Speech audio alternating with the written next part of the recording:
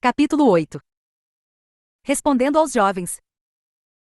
Júlio, usando a palavra, comunicou aos assistentes que haveria um intervalo para que eles elaborassem as perguntas, que seriam anotadas pelos assistentes e depois projetadas no telão para serem respondidas pelo expositor. Enquanto o pessoal se organizava para dar continuidade às tarefas, pudemos ali na mesa dialogar um pouco. Na oportunidade, perguntei ao Sr. Geraldo: Senhor Geraldo, eu sei que o trabalho aqui não para. O senhor tem trabalhado muito nestas paragens? Tenho sim, Sr. Mariano. Aqui nós vivemos uma realidade que na Terra não temos noção do quanto é bela, maravilhosa e importante para a continuação da vida. A ideia de que quando morremos vamos viver a vida eterna ao lado do Senhor é uma ilusão. Não existe aqui o descanso eterno nem mesmo o sono duradouro. A gente se ilude muito com a ideia religiosa que os homens criam para defender seus pontos de vista, muitas vezes materialistas.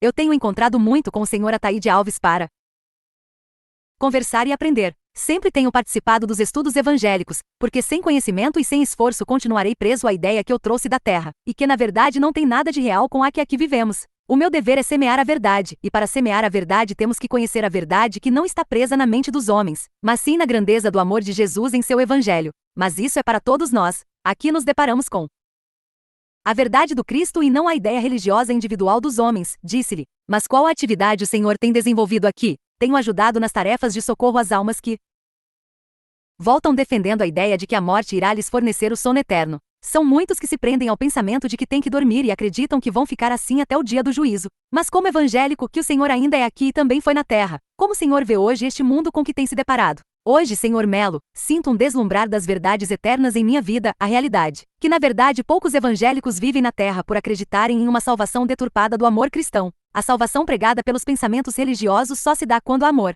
É verdade, disse o velho sacerdote. Aqui vivemos uma realidade, como o Senhor estava dizendo, sem sono eterno e sem estar ao lado do Senhor. Eu estava pensando, sem céu e sem inferno, a não ser aquele que criamos em nossa mente e em nosso coração. Mas voltei a questionar o Sr. Geraldo para o Senhor, como um religioso que viveu uma religião que não definia a realidade deste mundo dos espíritos ou das almas.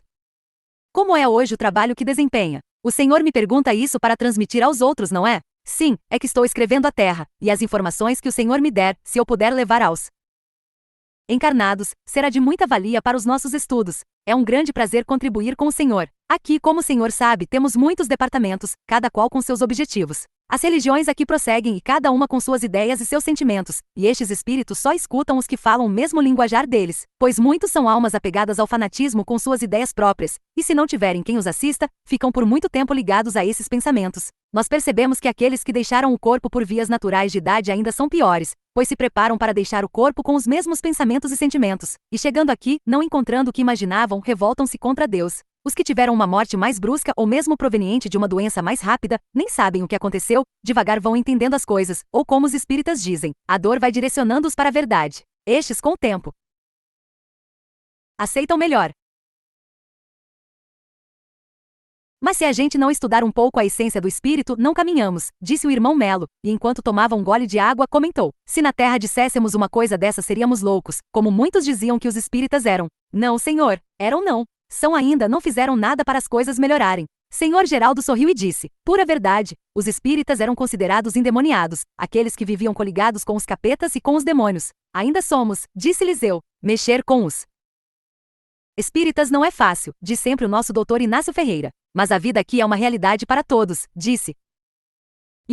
Cada um vive os interesses particulares. Igual defendemos muito a ideia religiosa e não a ideia do amor, do progresso moral. Sabemos que cada um tem mesmo nestas paragens só aquilo que faz por merecer. Mas o interesse pelo dinheiro tem se tornado muito grande nos meios religiosos, disse o Sr. Geraldo. E não é esta ou aquela religião não, disse irmão Melo. Todas só têm corrido atrás do poder material. Não é, Sr. Mariano? Os religiosos deixaram de cumprir o trabalho de evangelizar, trabalhando, amando, dedicando a fé e o amor, assumindo os compromissos dos governantes. Com instituições miraculosas ligadas aos interesses políticos, deixaram o evangelho para correr atrás de recursos para tocar a instituição que fundaram. Se repartissem pão na rua, pregassem o evangelho debaixo de uma árvore, doassem mais de si mesmos, a verdade cristã brilharia mais na terra. Assim eles viveriam com aquilo de que são capazes.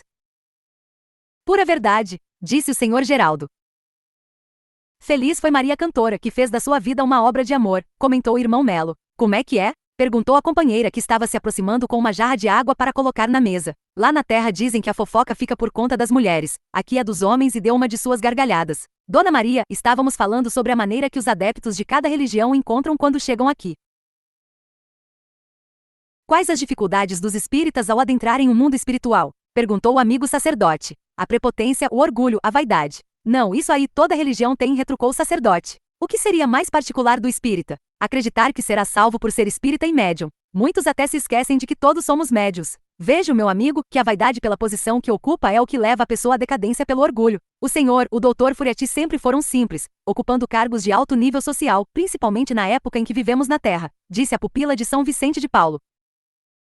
Mas a senhora precisa avaliar, falou o irmão Melo, percebendo a aproximação do médico que o trabalho do doutor Furiati valeu por todos nós. Os religiosos falam em caridade e contradizem com a língua o que falam. Logo o doutor se aproximou da mesa, cumprimentou a todos e disse ao padre: avisaram-me que estava no intervalo e vim falar com o senhor. Preciso de ajuda no pavilhão 9, cela 915. Está lá uma jovem que deseja conversar com o padre, assim que puder. Está bem. Terminando aqui, irei estar com ela. Vou levar o senhor Mariano. Ele vive escrevendo para a terra. Quem sabe ali ele tem algo para relatar. Bom, falou ele em tom de brincadeira, vou falar para vocês uma coisa que me veio à cabeça. Quando vocês voltarem à terra, voltem para ser médicos e trabalhar duro. Não tem esse negócio de ficar pregando não. Ficar só querendo convencer os outros a serem bons e nada mais, e deu um sorriso. Mas que o trabalho do Senhor foi mais que o meu foi, disse Maria Cantora. Que adianta um hospital só com médico se nele não houver o remédio, Cantora? Se não houver cuidadora, cozinheira, faxineira e enfermeira, não se mantém hospital só com paciente e médico. As pessoas se esquecem de que o valor profissional não está naquilo que é, mas sim naquilo que faz.